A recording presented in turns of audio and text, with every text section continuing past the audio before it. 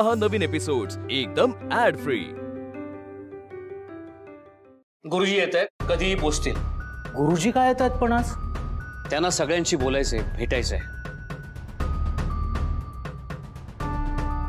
सगळ्यांशी बोलायचंय, पण का आणि काय बोलायचंय? रुपाली समजाव गेला आणि किमान गुरुजींसमोर तरी शुद्धीत राहा म्हणावं। आई कळेल का काय चाललंय ते? कळेल, थोड्या वेळ थांब, सगळं कळेल। आज बऱ्याच गोष्टी सगळ्यांसमोर येतील। बाबा हे सगळं काय करताय पण तुम्ही? गुरुजी आले वाटतं, आलोच।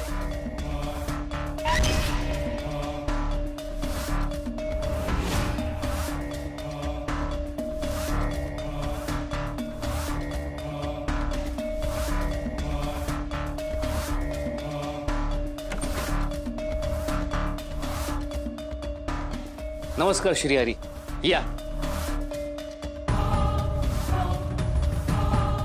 या ना, या बसा।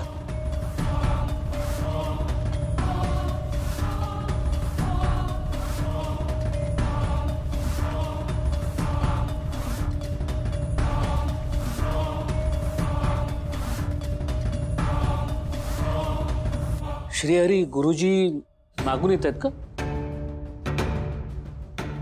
काय झालं श्रीहरी, तुम्ही रडताय का? ओ काय झालंय? आणि गुरुजी कुठे आहेत? अहो सांगा ना, काय झालंय? आम्ही दुसऱ्या गाडीने येत होतो आणि गुरुजी वेगळ्या गाडीने येत होते। ते मागून येत आहेत का गुरुजी? नाही म्हणजे?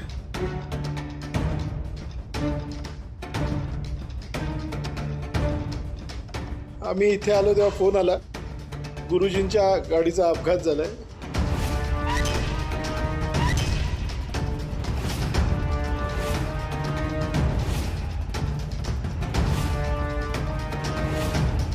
अपघातात आपले गुरुजी गेले।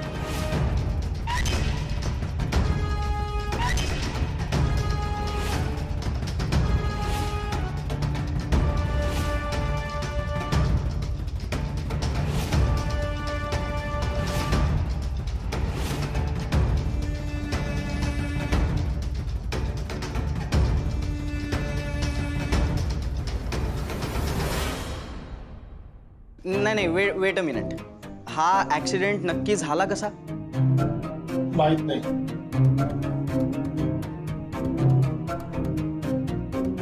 ऍक्सिडेंट झालाय की घडवून आणलंय?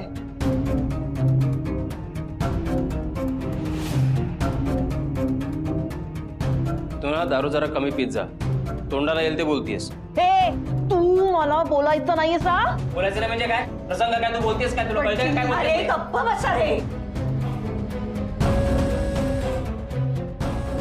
शेखर सावरा स्वतःला।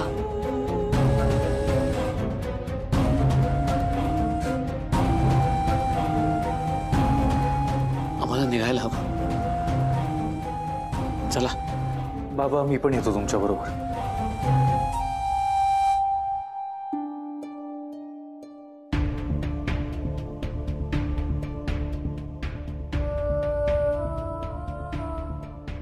नको बाबा, मी तू घरीच थांब।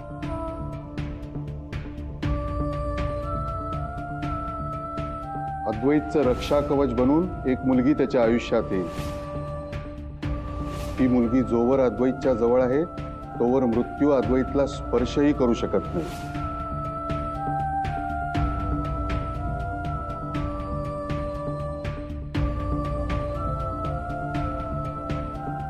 नेत्रा,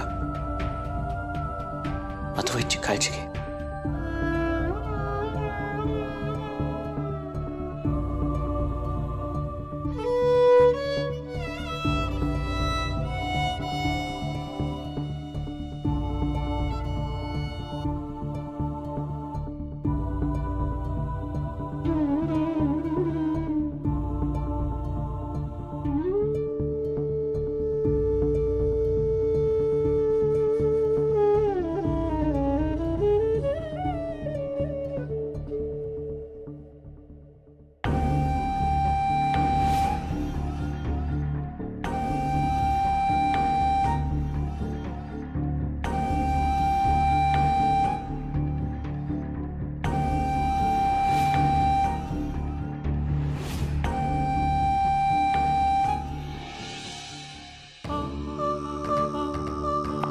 ताई,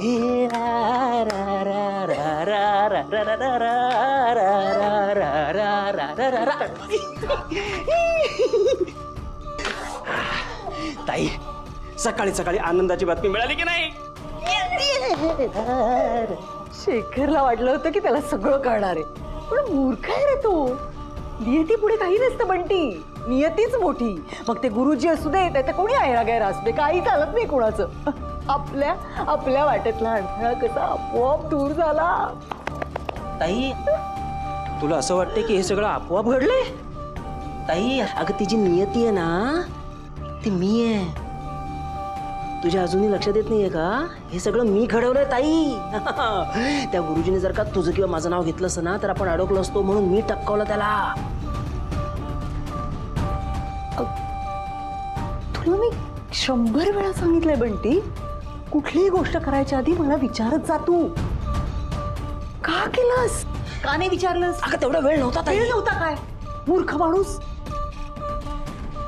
आता पण सगळ्यांना कळलंय, सगळ्यांसमोर आलं तर आपण दोघेही अडकू. बंटी, कळते का तुला? नाही अडकणार ताई, नाही अडकणार, मी सांगतोय ना. कारण गुरुजी करता पण ना मी सेम टेक्निक यूज केली आहे. आपला अद्वैत वाचला, गुरुजी टपकला.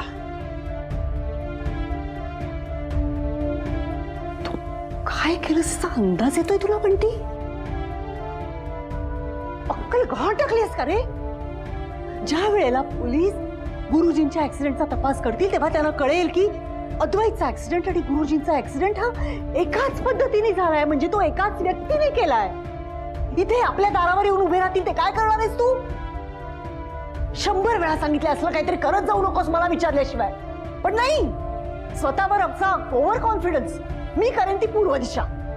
आता तुला अंदाज येतोय बंटी, अंदाज येतोय की काय होणार आहे, काय परिणाम होतील, कळतंय तुला? नाचतोय नुसता.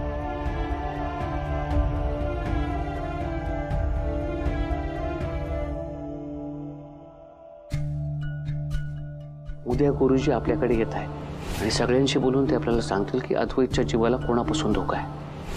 गुरुजींच्या गाडीचा अपघात झालाय. अपघातात आपले गुरुजी गेले.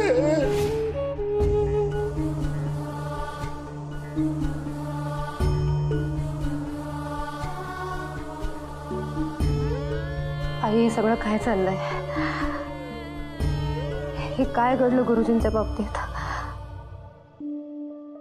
अद्वैत साहेबांच्या जीवाला कोणापासून धोका आहे गुरुजी सांगणार होते आज. मी नर्स आहे, पुन्हा खोटं बोलावं लागलं नसतं, पण गुरुजींचा जीव गेला. आई, तू नक्की काय सांगायचा प्रयत्न करतेस? आई, मार्ग दाखव, मार्ग दाखव.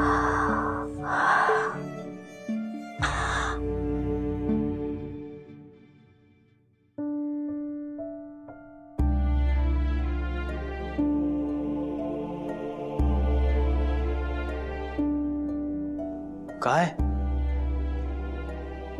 कुठे जायचंय? हा? आत्ता म्हणालीस ना मार्ग दाखव. कसला मार्ग? कुठे जायचंय?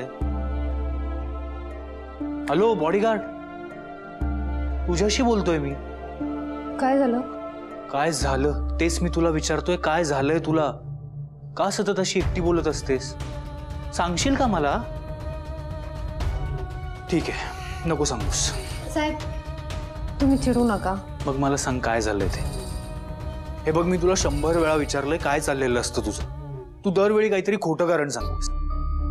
तसं नाहीये साहेब. तसं काही नाहीये ना, मग मला सांग आत्ता काय करत होतीस तू? हे बघ, मी फक्त एवढंच ऐकलं, मार्ग दाखव. कसला मार्ग? काय चाललेलं असतं तुझं सतत? हे बघ, परत तू काहीच बोलत नाहीयेस.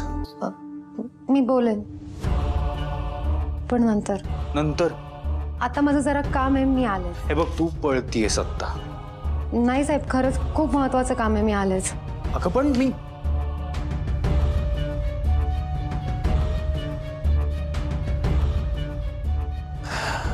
काहीतरी गडबड आहे. हो, काहीतरी गडबड वाटली म्हणूनच तुम्हाला तातडीने पोलीस स्टेशनला बोलवून घेतलं. बोला ना इन्स्पेक्टर साहेब, काय काय झालं? काय कळलं का तुम्हाला? अद्वैतच्या ऍक्सिडेंटचा तपास करताना आम्ही तुमच्या कुटुंबियाशी संबंधित सगळ्यांवर लक्ष ठेवून, कारण कोणीतरी ओळखीच्या व्यक्तीने हा ऍक्सिडेंट घडवून आणला असा आमचा संशय आहे. आणि म्हणूनच आम्ही तुमच्या गुरुजींवरही लक्ष ठेवून, कारण की त्यांचं तुमच्याकडे येणं जाणं असतं. आणि आज सकाळी पुणे पोलिसांचा फोन आला की गुरुजींचा ऍक्सिडेंट झाला. हे श्रीहरी, हे गुरुजींचे शिष्य. गुरुजी यांना आपल्या मुलाप्रमाणेच मानायचे. शांत व्हा. श्रीहरी, तुमचं आणि तुमच्या गुरुजींचं शेवटचं बोलणं कधी झालं? नाही, हे पाणी घ्या. हे बघा, मला सिच्युएशन कळते, पण जोपर्यंत तुम्ही तपासात आम्हाला मदत करणार नाही तोपर्यंत आम्हाला काही गोष्टी व्हेरीफाय करता येणार नाही. आणि नक्की काय गडबड झाली आहे ना ते पण कळणार. काय गडबड झाली सांगतो मी सर, पण यांनी काही बोलायला हवं ना. श्रीहरी, पाणी घ्या भाऊ, पाणी घ्या. आधी शांत व्हा, शांत व्हा. हे बघा श्रीहरी, आपल्याला पोलिसांना मदत करायला हवी. कळते तुम्हाला? सांगा. माझं आणि गुरुजींचं शेवटचं बोलणं ते सकाळी राजाध्यक्ष साहेबांकडे निघाले होते तेव्हा झालं. गुरुजी खूप अस्वस्थ होते साहेब, फार काय बोलले नाहीत, फक्त निघताना म्हणाले काळजी घे. शांत व्हा, शांत व्हा. गुरुजी तुमच्या घरी का बरं येणार होते सर? थोडे साहेब, माझी गुरुजींवर श्रद्धा आहे, प्रचंड विश्वास आहे. आणि गुरुजींनी मला सांगितलं होतं की अद्वैतच्या जीवाला जवळच्या व्यक्तीकडनं धोका आहे. हा अद्वैतला अपघात झाला, माझी काळजी आणखीन वाढली, म्हणून मी गुरुजींकडे गेलो होतो. गुरुजी मला सांगणार होते की ती जवळची व्यक्ती कोण आहे, त्याकरता ते माझ्याकडे येणार होते. गुरुजींचा मारेकरी आणि अद्वैतचा ऍक्सिडेंट घडवून आणण्यामागे असलेली व्यक्ती एकच आहे.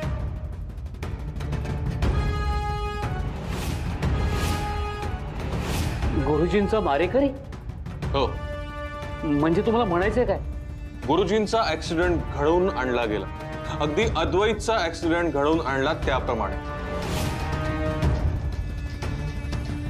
बापरे. अद्वैतच्या ऍक्सिडेंटसाठी जी पद्धत मारेकऱ्याने वापरली तीच पद्धत यावेळीही मारेकऱ्यांनी गुरुजींच्या ऍक्सिडेंटसाठी वापरली.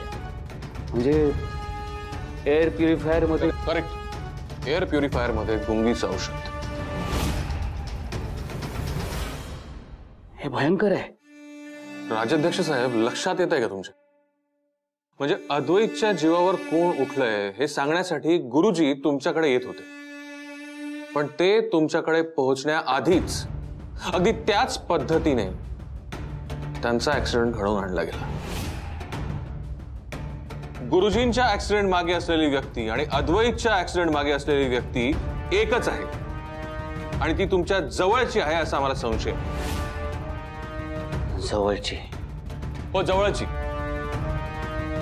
कारण अद्वैतच्या जीवावर कोण उठलंय हे तुम्हाला कळू नये म्हणून त्या व्यक्तीने गुरुजींना तुमच्या घरापर्यंत पोहोचूच दिलं नाही.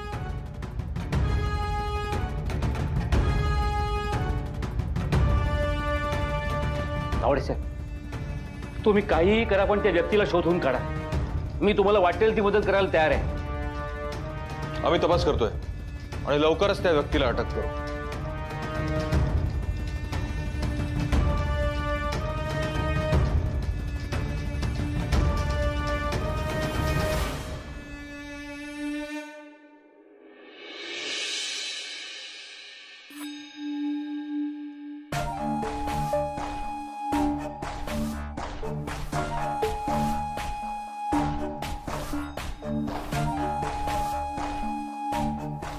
अगं ग्लास घे ना, तो केतकी.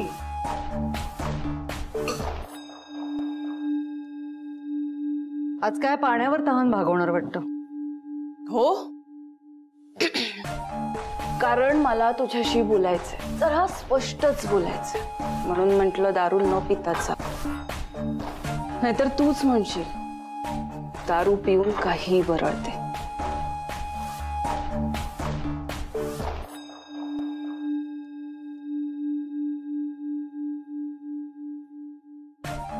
गुरुजी काय येणार होते? माहित नाही ग. गुरुजी सगळ्यांशी काय बोलणार होते?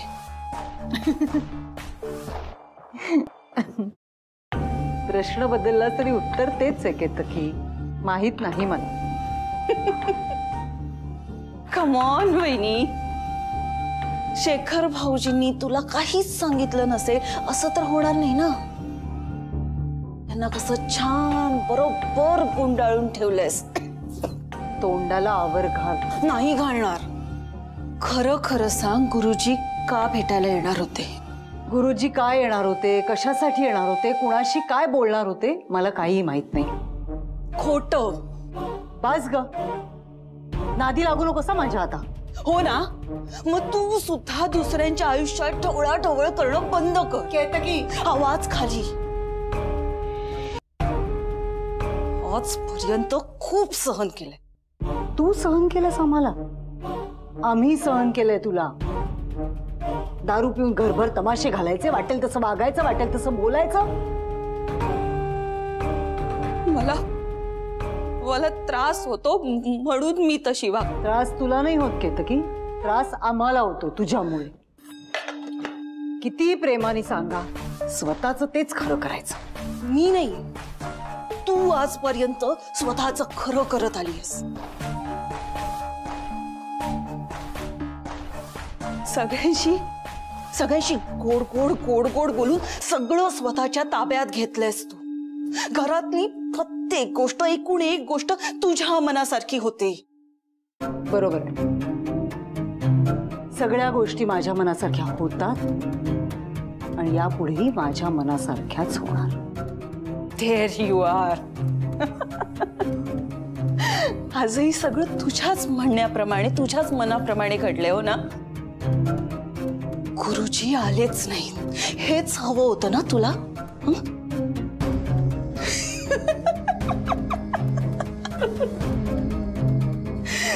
तू नाही सांगितलंस तरी मला माहितीये गुरुजी आज काय सांगणार होते. गुरुजी येऊन अद्वैतच्या विरोधात कोण कट कारस्थान रचतंय ते सांगणार होते. Am I right? खरंच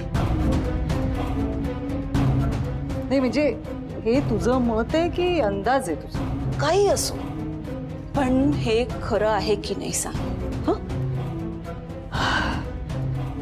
मला खरंच काही माहित नाही ग.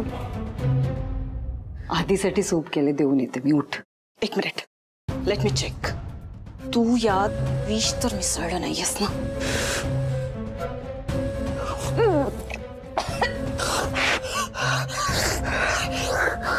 भाजलं ना म्हणून सांगते ग, नीट वागत जा माझ्याशी.